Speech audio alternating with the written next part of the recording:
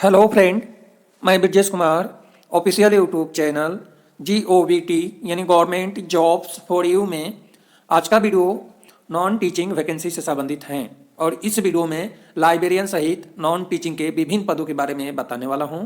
यह जो वैकेंसी है बिहार में आया है, इसलिए यह वीडियो आपके लिए बहुत ही महत्वपूर्ण होगा, क्योंकि यदि आप बिहार में लाइब्रेरियन सहित विभिन्न पदों पर नौकरी करना चाहते हैं तो यह वीडियो आपके लिए बहुत ही महत्वपूर्ण होने वाला है। सबसे पहले मैं बता दूं कि मैं ऑलरेडी गवर्नमेंट सर्विस में हूं और मैं केवल वीडियो बनाता हूं आपके लिए कि आप भी मेरे जैसे सरकारी नौकरी प्राप्त करें और गवर्नमेंट सर्विसमैन बने। तो इसके लिए क्या है कि जो भी एप्लीकेशन फॉर्म आती है उसके बारे में आपको छोटी सी शॉर्ट इन्फॉर्मेशन प्रोवाइड करता हूं। तो इसलिए आप वीडियो को लाइक जरूर करें, क्योंकि मैं तो केवल आपके लिए ही वीडियो बना रहा हूं, और साथ में वीडियो को ज़्यादा से ज़्यादा शेयर करें जिससे कि यह सूचना सबके पास पहुंचे, हमारे लाइब्रेरी प्रोफेशनल्स से लेकर सभी प्रोफेशनल्स के पास यह इन्फॉर्मेशन पहुंचे और वो भी इस इन्फॉर्मेशन का बेनिफिट उठा सके। यह जो वैकेंसी है इसमें वैकेंसी है ऑन रेगुलर बेसिस या कॉन्ट्रेक्चुअल बेसिस, दोनों पोजीशन इसमें हैं। यानी कुछ पद हैं जो रेगुलर बेसिस पे हैं और कुछ पद हैं जो कॉन्ट्रेक्चुअल बेसिस पे हैं। अब इसमें क्या इंडिकेटर है कि यदि R लिखा हुआ है तो यह रेगुलर बेसिस पे है और R+C लिखा हुआ है, इसका मतलब है कि यह या तो रेगुलर बेसिस पे है या तो कॉन्ट्रेक्चुअल बेसिस पे है। तो यह तो डिटेल जानकारी आपको समझ में आ गई होगी, क्योंकि आप कमेंट करते और पूछते कि सर RC का मतलब क्या है। तो इसलिए मैं सोचा कि पहले ही वीडियो शुरू होने से पहले ही मैं आपको बता दूं कि R या C का मतलब क्या है। R का मतलब रेगुलर यानी सरकारी नौकरी और C का मतलब है कॉन्ट्रेक्चुअल नौकरी यानी कॉन्ट्रेक्चुअल बेसिस पे। तो यहाँ तक तो आपको समझ में आ गया होगा। तो मैं एक बार और रिमाइंड करना चाहता हूँ कि आप चैनल को सब्सक्राइब जरूर करें और वीडियो को शेयर करें। अब हम बात करते हैं, मेन पॉइंट पे आते हैं और देखते हैं कि कौन कौन सी वैकेंसी हैं, किन किन पदों के लिए आवेदन आमंत्रित हैं। जो भी पद हैं सैलरी अच्छी है, तो इसलिए आपके लिए काम का हो सकता है यह वीडियो। अब यहाँ पे है तो सीरियल नंबर दिया गया है, यहाँ पे एडवर्टाइजमेंट नंबर है।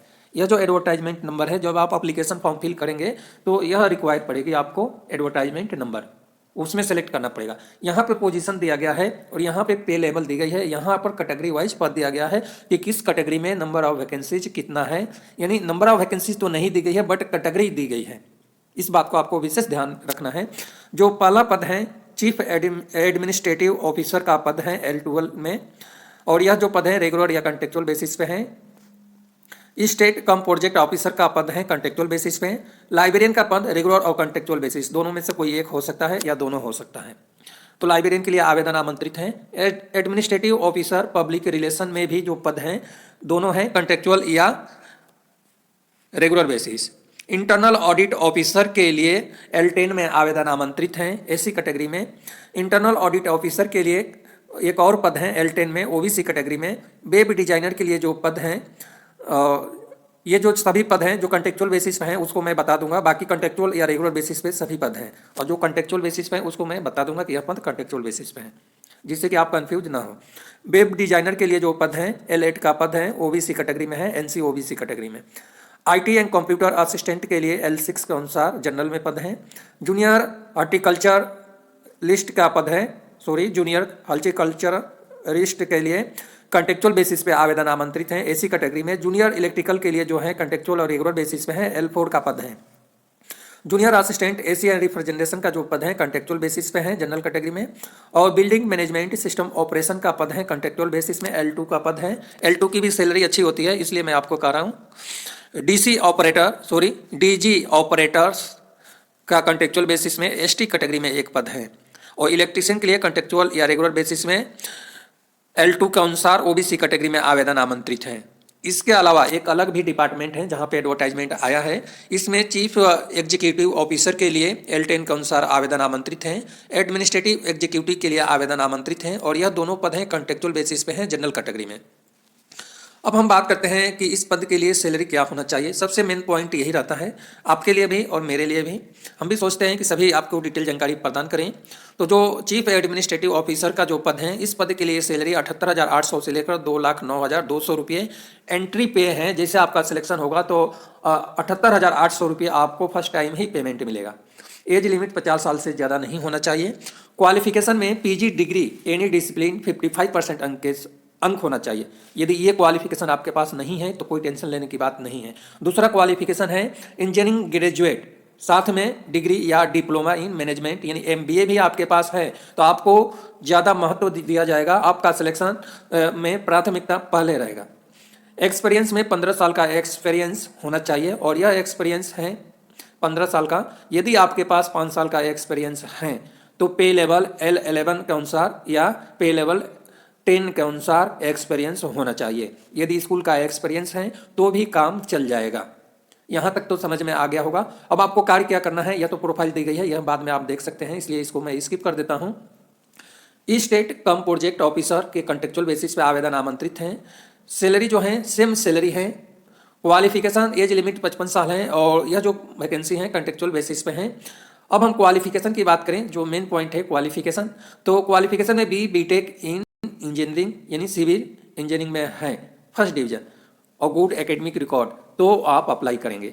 एक्सपीरियंस में 15 साल का एक्सपीरियंस और जो एक्सपीरियंस है handling of construction product post qualification prefer किया जाएगा, यानी पीजी डिग्री है तो प्रेफर किया जाएगा।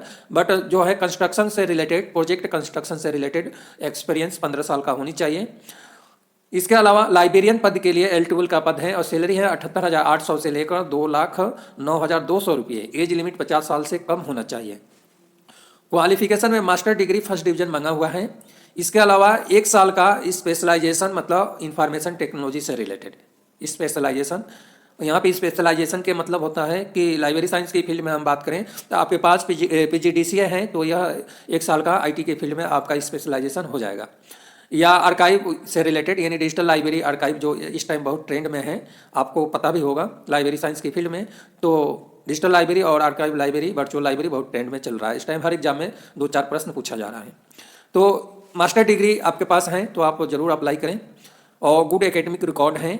एक्सपीरियंस में 15 साल का एक्सपीरियंस है। एक्सपीरियंस ग्रुप 1 लेवल का होना चाहिए। यदि 5 साल का एक्सपीरियंस है तो L10 से एबव का एक्सपीरियंस है 5 साल का तो काम चल जाएगा। एडमिनिस्ट्रेटिव ऑफिसर पब्लिक रिलेशन में जो पद हैं, इस पद के लिए सैलरी 56,100 से लेकर 1,77,500 रुपये। एंट्री पे है 56,100 रुपये। क्वालिफिकेशन में पीजी डिग्री आफ्टर ग्रेजुएशन के बाद PG degree post graduate degree या MA डिग्री आपके पास है 55% अंक के साथ में तो आप अप्लाई करेंगे। यदि ये क्वालिफिकेशन नहीं है तो टेंशन लेने की बात नहीं है। एक और ऑप्शन है, दूसरा ऑप्शन है post graduate degree in public relation या जर्नलिज्म या मास कम्युनिकेशन आफ्टर ग्रेजुएट के बाद हैं तो आप अप्लाई करेंगे। एक्सपीरियंस की बात करें तो आफ्टर पोस्ट ग्रेजुएट के बाद यानी after post graduate PG degree के बाद 8 साल का जनरल एडमिनिस्ट्रेटिव या पब्लिक रिलेशन या जर्नलिज्म या मास कम्युनिकेशन, जर्नलिज्म या नहीं लगा है, मास कम्युनिकेशन या जर्नलिज्म या मीडिया मैनेजमेंट एंड रिलेशन, इसमें से कोई भी क्वालिफिकेशन है, यानी ऐसे तो इसमें कमा लगा कर दिया है तो इसमें से कोई भी क्वालिफिकेशन है तो आप अप्लाई कर सकते हैं। लेकिन कम से कम 5 साल का एक्सपीरियंस होना चाहिए पे लेवल 8 या 6 के अकॉर्डिंग।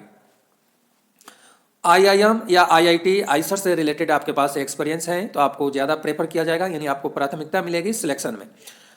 इंटरनल ऑडिट ऑफिसर का जो पद है, इस पद के लिए सैलरी है 56,100 से लेकर 1,77,500 रुपये। एंट्री फीस 56,100 रुपये है और अपर एज लिमिट जो है 40 साल है। इसके बाद यदि कोई रिटायर पर्सन्स हैं और वो नौकरी करना चाहते हैं तो इस पद के लिए अप्लाई कर सकते हैं। क्वालिफिकेशन की बात करें तो चार्टर अकाउंट या कॉस्ट अकाउंटेंट साथ में SAS होना चाहिए। यदि ये क्वालिफिकेशन नहीं है तो दूसरा इक्विवेलेंट क्वालिफिकेशन है 55% अंक के साथ में तो आप अप्लाई कर सकते हैं। बट MS ऑफिस का अच्छा ज्ञान होना चाहिए, गुड एकेडमिक रिकॉर्ड है, 8 साल का एक्सपीरियंस पीजी लेवल का होना चाहिए। अगली जो पद है इसके बारे में हम बात करें तो वेब डिजाइनर के लिए जो सैलरी है 47,600 से लेकर 1,51,100 रुपये। जो बेसिक पे रहता है 48,600 जिसको हम एंट्री पे कह रहे हैं, इसको हम बोलते हैं बेसिक रहता है और इसके अलावा अदर जो अलाउंस है वो इसमें इंक्लूड होता है, क्योंकि हमारी भी सैलरी मिलती है तो हमें पता है। क्वालिफिकेशन की बात करें तो बीटेक कंप्यूटर साइंस या इंफॉर्मेशन टेक्नोलॉजी या MCA या PGDCA रिकग्नाइज यूनिवर्सिटी से फर्स्ट डिवीजन है तो आप अप्लाई कर सकते हैं। एक्सपीरियंस में 7 ईयर का एक्सपीरियंस पीजी लेवल पे कोर ड्रा या अडोब क्रिएटिव सूट से रिलेटेड आपके पास एक्सपीरियंस है तो आप अप्लाई करेंगे। इसके अलावा और भी हैं जैसे drawing, illustration skills, still photography या मोशन ग्राफिक्स स्किल होस्टिंग, ये सब बहुत सारे हैं। तो डिटेल जानकारी मतलब इसमें से कोई भी है तो आप अप्लाई कर सकते हैं। कंप्यूटर असिस्टेंट के लिए जो सैलरी है 35,400 से लेकर 1,12,400 रुपये हैं और एज लिमिट है 40 साल। क्वालिफिकेशन में BCS या IT या BTech CS या IT या इलेक्ट्रॉनिक्स इंजीनियरिंग में स्पेशलाइजेशन है या MCA MSc computer science and IT में है, कंप्यूटर साइंस में या IT में है तो आप अप्लाई कर सकते हैं, एलिजिबल हैं। लेकिन कम से कम 3 साल का एक्सपीरियंस होना चाहिए, वो भी एक्सपीरियंस सॉफ्टवेयर से रिलेटेड। और हमें पता है कि जब BTech क्वालिफिकेशन मांगा है तो सॉफ्टवेयर तो आप लोगों को आता ही होगा। जूनियर हॉर्टिकल्चरिस्ट के लिए जो क्वालिफिकेशन है, सबसे पहले एज लिमिट 32 साल है, सैलरी 25,500 से लेकर 81,100 रुपये। क्वालिफिकेशन में B इन एग्रीकल्चर या बॉटनी या हॉर्टिकल्चर में 55% अंक होनी चाहिए। 2 ईयर का एक्सपीरियंस होना चाहिए, यदि PG लेवल का स्कूल लेवल का एक्सपीरियंस है तो भी कार्य चल जाएगा। जूनियर असिस्टेंट इलेक्ट्रिकल के लिए जो है सैलरी सेम है, इस पद के लिए एज लिमिट 32 साल है। क्वालिफिकेशन में 3 year diploma in electronics and communication या इंस्ट्रूमेंटेशन या इलेक्ट्रिकल इंजीनियरिंग या इलेक्ट्रॉनिक्स या माइक्रो इलेक्ट्रॉनिक्स में है 55% अंक, तो आप एलिजिबल हैं, अप्लाई कर सकते हैं। 3 साल का एक्सपीरियंस मांगा हुआ है। जो एक्सपीरियंस है इंटरनल EI या DG सिस्टम या अंडरग्राउंड केबल या SCADA ऑटोमेशन से रिलेटेड है। तो एक्सपीरियंस में इतना सारी डिटेल जानकारी दी गई है से रिलेटेड, मतलब हमारे हिसाब से होना चाहिए। जूनियर असिस्टेंट AC या रिफ्रिजरेशन के लिए सेम क्वालिफिकेशन है बट सब्जेक्ट चेंज है और एज लिमिट जो है सेम है, सैलरी सेम है। जूनियर असिस्टेंट और रिफ्रिजरेशन जो सब्जेक्ट है तो 3 ईयर का डिप्लोमा मैकेनिकल इंजीनियरिंग में है 55% अंक के साथ में, तो अप्लाई कर सकते हैं। और 3 ईयर का एक्सपीरियंस एयर कंडीशनिंग और रिफ्रिजरेशन वर्क से रिलेटेड होनी चाहिए। बिल्डिंग मैनेजमेंट सिस्टम ऑपरेशन के लिए जो वैकेंसी है, इस पद के लिए सैलरी है 19,900 से लेकर 63,200 रुपये। एज लिमिट 30 साल है। क्वालिफिकेशन में डिप्लोमा इन इलेक्ट्रिकल या इलेक्ट्रॉनिक इंजीनियरिंग 50% अंक होना चाहिए। MS ऑफिस का अच्छा ज्ञान होना चाहिए। और इसके अलावा एक्सपीरियंस की बात करें इस पद के लिए तो 5 ईयर का एक्सपीरियंस आफ्टर ITI के बाद है या 3 ईयर का एक्सपीरियंस है। क्वालिफिकेशन के बाद 5 साल का एक्सपीरियंस और ITI होल्डर यदि आप हैं तो 3 ईयर का एक्सपीरियंस है, डिप्लोमा होल्डर तो आप अप्लाई कर सकते हैं। लेकिन किसी IIT IIM आइसर जैसे संस्था से आपकी एक्सपीरियंस है तो आपको प्राथमिकता दी जाएगी सिलेक्शन में। DG ऑपरेटर के लिए जो पद हैं सैलरी जो है सेम है। एज लिमिट 32 साल है। 10वीं स्टैंडर्ड क्वालिफिकेशन है, साथ में ITI diploma certificate in electrician engineering या मैकेनिकल इंजीनियरिंग में है तो आप अप्लाई कर सकते हैं। 3 ईयर का एक्सपीरियंस डीजिंग सेट से रिलेटेड होना चाहिए। इलेक्ट्रीशियन के लिए जो आवेदन आमंत्रित हैं सैलरी सेम है, एज लिमिट 30 साल है। क्वालिफिकेशन में diploma in electrical engineering, electrical या इलेक्ट्रॉनिक्स इंजीनियरिंग, मिनिमम 50% अंक। और या तो यदि ये क्वालिफिकेशन है, ये क्वालिफिकेशन यदि आपके पास नहीं है यानी डिप्लोमा नहीं है तो 12वीं स्टैंडर्ड पास आउट है 50% अंक के साथ में और 1 ईयर का ITI कोर्स है इलेक्ट्रिकल या इलेक्ट्रॉनिक्स ट्रेड से रिलेटेड तो आप अप्लाई कर सकते हैं, लेकिन 50% अंक होना चाहिए। आफ्टर ITI के बाद 2 ईयर का एक्सपीरियंस आपके जो ट्रेड है उस ट्रेड में है तो भी आप अप्लाई करेंगे। एक्सपीरियंस में जो है ऊपर जो बताया था आफ्टर यानी ITI के साथ में आपके पास 2 ईयर का सर्टिफिकेट कोर्स है ITI के बाद में इलेक्ट्रिकल या इलेक्ट्रॉनिक्स ट्रेड में तो अप्लाई करेंगे। एक्सपीरियंस में पोस्ट ग्रेजुएट के बाद 5 ईयर का एक्सपीरियंस और ITI होल्डर यदि आप हैं तो 3 ईयर का एक्सपीरियंस डिप्लोमा होल्डर के लिए है। और स्कूल लेवल का एक्सपीरियंस है तो चलेगा कि नहीं, इसमें तो कहीं मेंशन नहीं किया हुआ है कि स्कूल लेवल का एक्सपीरियंस चलेगा, बट आइसर से रिलेटेड या किसी भी संस्था जैसे आइसर IIT या IIM से रिलेटेड एक्सपीरियंस है तो आपको प्राथमिकता दी जाएगी। अब हम बात करते हैं, अगला हमारा पद है चीफ एग्जीक्यूटिव ऑफिसर के लिए। सैलरी है 75,000 से लेकर 1,50,000 रुपये।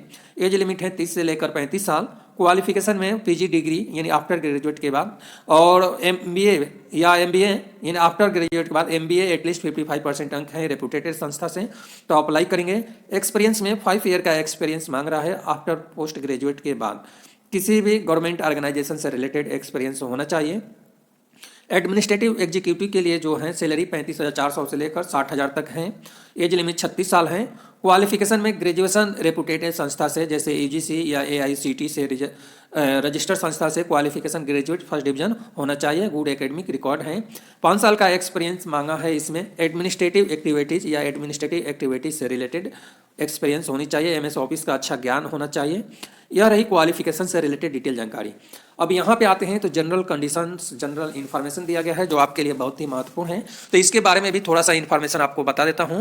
एप्लीकेशन फॉर्म फिल करने की जो अंतिम तिथि है यानी 6 फरवरी 2024 तक आपका जो है cut off date, age limit, experience, document, qualification सब होना चाहिए 6 फरवरी 2024 तक। 6 फरवरी 2024 तक आपका एक्सपीरियंस, क्वालिफिकेशन, एज लिमिट जो भी काउंट करना है 6 फरवरी 2024 तक ही काउंट करना है। यदि आप बिहार से बिलोंग करते हैं और कैटेगरी में हैं तो एज लिमिट में जो छूट हैं वो अप्लीकेबल हैं। इसके अलावा जो यदि रेगुलर सर्विस के लिए आपका सिलेक्शन होता है तो इस रूल्स के अनुसार 2 साल का प्रोबेशन पीरियड रखा जाएगा। प्रोबेशन पीरियड आपके नेचर, आपके कार्य करने की शैली को जांचने के लिए रखा जाता है। अभी कई वीडियो में हमारे पास कमेंट आया था कि प्रोबेशन पीरियड क्या होता है। तो एक बार नौकरी लगने के बाद आपको टैली करते हैं कि आपका नेचर, बिहेवियर कैसा है, आपकी स्किल कैसा है, कार्य करने का तरीका कैसा है, सब चीज़ अच्छा रहता है और कम्युनिकेशन स्किल रहता है तो आपको परमानेंट कर देते हैं। एज ए परमानेंट पोस्ट ही होता है, लेकिन 2 साल का प्रोबेशन पीरियड रखी जाती है। कई जगह 1 साल की रखी जाती है, कई जगह 2 साल की रखी जाती है। एप्लीकेशन फॉर्म ऑनलाइन फिल करने की अंतिम जो तिथि है 6 फरवरी 2024 तक है। अभी वीडियो खत्म नहीं हुआ है, अभी एक और वीडियो आज ही लाइब्रेरियन से रिलेटेड वीडियो बनाकर इस चैनल पे अपलोड कर दी जाएगी, तो वो भी वीडियो आप जरूर देखें। आज ही अपलोड होगी, आज शाम तक 4-5 बजे तक 6 बजे तक वीडियो अपलोड हो जाएगी। यह जो वैकेंसी है भारतीय प्रबंध संस्थान बोध गया में आवेदन आमंत्रित है। यदि इस संस्था में आप नौकरी करना चाहते हैं तो यह वीडियो आपके लिए बहुत ही महत्वपूर्ण होगा।